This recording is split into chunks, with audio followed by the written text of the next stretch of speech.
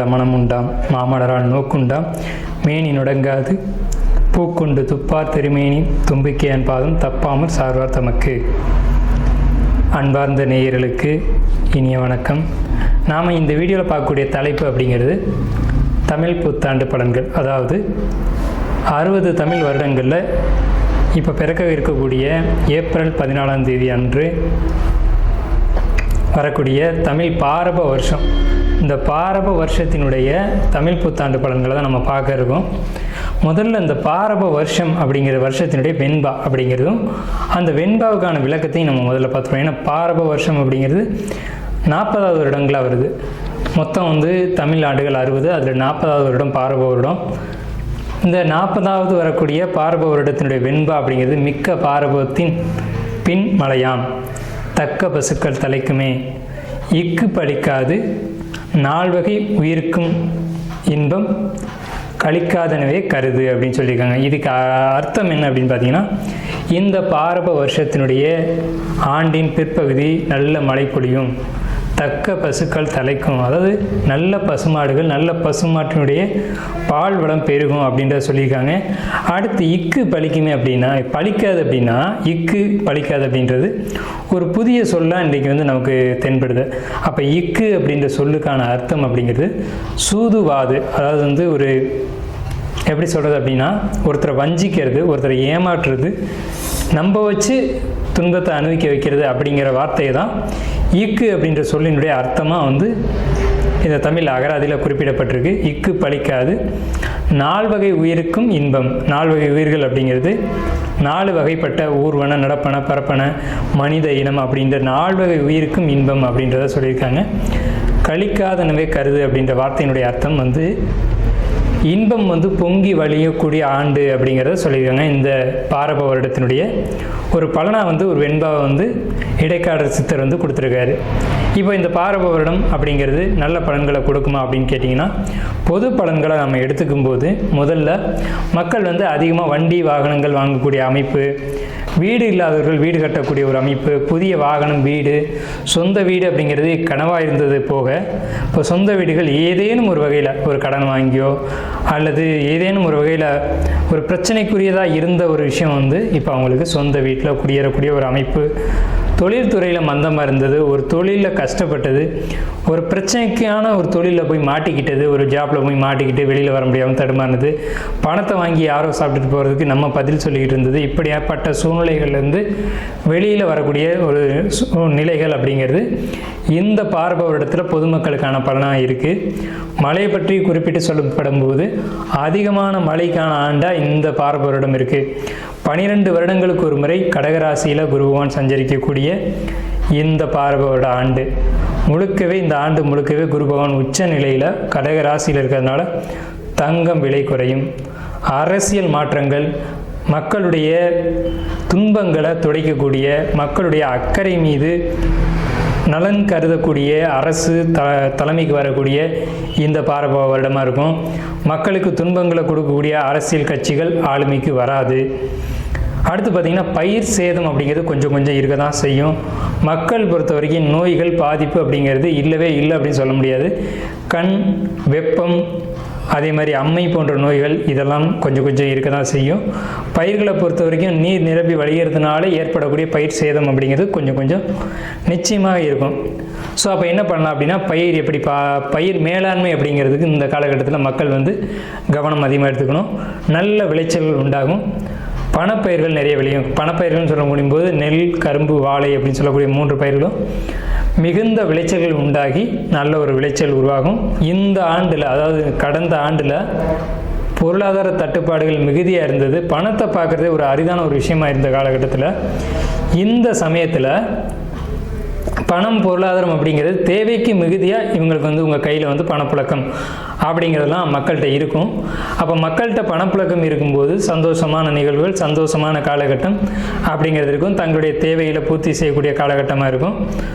So இந்த பாரப வருடத்தை பொறுத்த வரைக்கும் எல்லா விதமான நன்மைகளும், குறிப்பாக பேங்கிங் செக்டாரில் கூடியவங்க, வங்கியை சார்ந்த துறைகளில் இருக்கக்கூடியவங்களுக்கு நல்ல ஒரு ஆண்டாகவே இருக்க போகுது.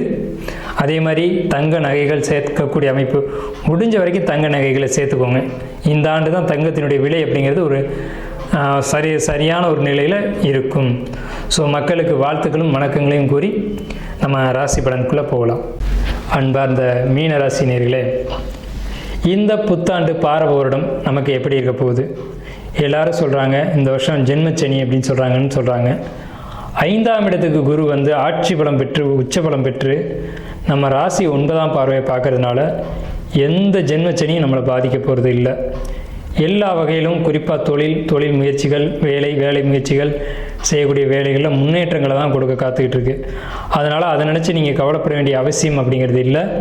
இருந்தபோதும் நீங்கள் வந்து கவனமாக இருக்க வேண்டிய விஷயங்கள் அப்படிங்கிறது இதெல்லாம் நான் ஒரு லிஸ்ட் அவுட் கொடுத்துட்றேன். இப்போது நம்ம மீனராசிக்கு எந்த விதமான ஒரு கஷ்ட சூழ்நிலைகளும் இல்லைன்னு சொல்கிறோம். ஆனால் இதில் வந்து எச்சரிக்கையாக இருக்க வேண்டிய விஷயங்கள் அப்படின்னு பார்க்கும்போது, வெளிநாடு பயணங்கள் முயற்சிகள் பண்ணிங்கன்னா அதை கைவிட்டுருங்க, வேண்டாம். ஏன்னு கேட்டிங்கன்னா இப்போ வந்து வெளிநாடு போகணும்னு முயற்சி பண்ணும்போது சில பிரச்சனைகளும் சில சங்கடங்களும் நமக்கு ஏற்படும்.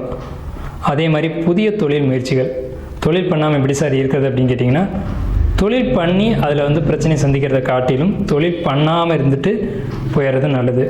ஏன்னு கேட்டிங்கன்னா, ஒரு தொழிலில் பண்ணுறேன்ட்டு அகலக்கால் வச்சுட்டு அந்த இன்வெஸ்ட்மெண்ட் பண்ண பணத்தை கூட எடுக்க முடியாத அளவுக்கு தடுமாறுவீங்க. அதே மாதிரி நம்பிக்கையான ஆட்கள் இருந்தால் பரவாயில்ல, நம்பிக்கை இல்லாத ஆட்கள்கிட்ட நீங்கள் பணத்தை கொடுத்து ஏமாறக்கூடிய காலகட்டம். அதாவது இப்போ ஒரு திடீர்னு தெரிஞ்சவங்க அப்படின்னு சொல்லி ஒரு பெரிய அமௌண்ட்டை கொடுத்துட்டு நீங்கள் எப்போ கொடுத்தீங்க, என்ன ப்ரூஃப்னு நான் நம்மக்கிட்டே திருப்பி கேட்கக்கூடிய அமைப்புகள்லாம் இந்த ஜென்மச்சனி காலகட்டங்களில் வரும். ஸோ இந்த மாதிரி விஷயங்களை தவிர்த்துக்கோங்க. அதுக்காக யாரையுமே நம்பாமல் இருங்க அப்படின்னு நம்ம சொல்ல. க்ளோஸ் ரிலேட்டிவோ, க்ளோஸ் நண்பர்களோ, நெருங்கிய நண்பர்களோ, அவங்களுக்கான மதிப்பு மரியாதைகளை நம்ம கொடுத்து தான் ஆகணும். அவங்களுக்கு நம்ம பணமோ கொடுக்கலாம், வட்டிக்கு கொடுக்கலாம், அதன் மூலமாக ஒரு புண்ணியத்தையும் பணத்தையும் நம்ம சேமிக்கலாம். அதிலெல்லாம் தவறில்லை. ஆனால் யாருன்னு தெரியாதவங்க, நம்பிக்கைக்கு உரியவங்களா இல்லாதவங்களுக்கு நம்ம கொடுக்க வேணாம்னு மட்டும்தான் சொல்கிறோம், சரிங்களா? அதே மாதிரி உடல் ஆரோக்கியத்தை பொறுத்த வரைக்கும் உங்களுக்கு எந்த விதமான பாதிப்புகளும் வரப்போகிறது இல்லை. வந்தது அப்படின்னு சொன்னால் உங்களுக்கு தலை சம்மந்தப்பட்ட பாதிப்புகள் மட்டும்தான் வரும். தலைவலி, நீர் கோத்துக்கிறது, இந்த மாதிரி, அதாவது தூங்காமல் இருந்ததுனால ஏற்பட்ட தலை பிரச்சனைகள், இந்த மாதிரி மன அழுத்தத்தினால ஏற்பட்ட பாதிப்புகள் இதுதான் வரப்போகுது. ஸோ இதுக்கான தீர்வுகள் அப்படின்னு பார்க்கும்போது உணவுகளாக எடுத்துக்கலாம். ரெண்டாவது, நீங்கள் வந்து ஒரு மனக்குழப்பங்கள் இல்லாமல் ஒரு நண்பர்கள்கிட்ட ஷேர் பண்ணிக்கிறதா இருக்கலாம். இதன் மூலமாக நீங்கள் வந்து உடல் உபாதைகள் இல்லாமல் தப்பிச்சுக்கலாம். பயணங்களை முடிஞ்ச வரைக்கும் குறைச்சிக்கணும். பயணங்கள் அதிகமாக இருக்குது உங்களுக்கு. இந்த பராப வருஷத்தை பொறுத்த வரைக்கும் மீனராசிக்காரங்களுக்கு அதிகமான பயணங்கள் காத்துட்ருக்கு. உணவுகளை பொறுத்த வரைக்கும் செரிமானம் ஆகக்கூடிய உணவுகள் மட்டும் சாப்பிட்றதே நல்லது. ஏன்னா உங்களுக்கு அதிகமாக செரிமானம் இல்லை அப்படின்ற பிரச்சனை உண்டாக காத்துட்ருக்கு. இது மட்டும்தானே தவிர அதிகமாக பர்மனெண்ட்டாக வரக்கூடிய நோய்கள் எதுவும் உங்களை தாக்க போகிறதில்ல. உங்களுக்கு ஒரு விதத்தில் பயம் இருந்தது அப்படின்னு சொன்னால் நம்மக்கிட்ட ஆன்லைனில் அப்பாயின்மெண்ட் வாங்கிட்டு ஜாதகத்தை பார்க்கலாம், அல்லது நேரடியாகவும் ஜாதகம் பார்க்கலாம். அது ஒரு விஷயம் கிடையாது. ஆனால் நீங்கள் வந்து ஒரு விதத்தில் ஒரு பயம் இருக்குது அப்படின்னு சொன்னால் மட்டும் ஜாதகம் பார்த்துக்கோங்க. வைட்டமின் சி அதிகமுள்ள உணவுகளை நீங்கள் அதிகமாக எடுத்துக்கலாம். வைட்டமின் சி அதிகமுள்ள உணவுகள் தக்காளி, கேரட்டு, பீட்ரூட்டு, இந்த மாதிரியான உணவுகள். அதே மாதிரி உணவு கட்டுப்பாடு ரொம்ப முக்கியங்க. காஃபி, டீ குடிக்கிறது இதெல்லாம் குறைச்சிக்கணும். அதே மாதிரி வால்நட், பாதாம், செர்ரி, பூண்டு இந்த உணவுகள் அதிகமாக சேர்த்துக்கணும். ஆரஞ்சு பழம் நிறைய சாப்பிட்டுக்கணும். எலுமிச்சம்பழ சாறு இதெல்லாம் நிறைய சாப்பிட்டுக்கணும். எலுமிச்சம்பழ சாறுன்னு கடையில் சாப்பிடக்கூடாது. நம்ம வீட்டில் இயற்கையான பழத்தை வாங்கி நாமளே புழிஞ்சு சாப்பிடணும். முட்டைக்கோஸ் அதிகமாக சாப்பிட்லாம். கீரைகள் அதிகமாக சாப்பிட்லாம். அதே மாதிரி வால்நட், பாதாம், ஓட்ஸு இதெல்லாம் அதிகமாக சாப்பிட்லாம். இளநீர் அதிகமாக குடிக்கணும். இளநீர் இந்த வெயில் காலத்துக்கு இளநீர் அதிகமாக கிடைக்கும்போது பார்த்தோன்னே விலையை பேசாமல் இளநீர் சாப்பிட்றணும். அதே மாதிரி இந்த சீசன் ஃபுட்னு சொல்லக்கூடிய நீர் சார்ந்த காய்கறிகள், உதாரணத்துக்கு தர்பூசணி, பூசணிக்காய், இதெல்லாம் வந்து இந்த வெயில் காலத்தில் தான் அதிகமாக காய்க்கும். நீங்கள் பார்த்தீங்கன்னா, ஏன்னா அந்த காலகட்டத்தில் சாப்பிட்ற மாதிரியே இறைவன் படைச்சிருப்பான்.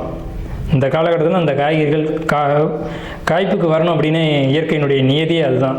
ஸோ இந்த காய்களை குறிப்பாக வந்து இயற்கையாக விளைஞ்சதாக இருக்கணும். இதை நீங்கள் அதிகமாக வாங்கி சாப்பிடணும். இதெல்லாம் உங்களுடைய ஹெல்த்துக்கு ரொம்ப முக்கியம்.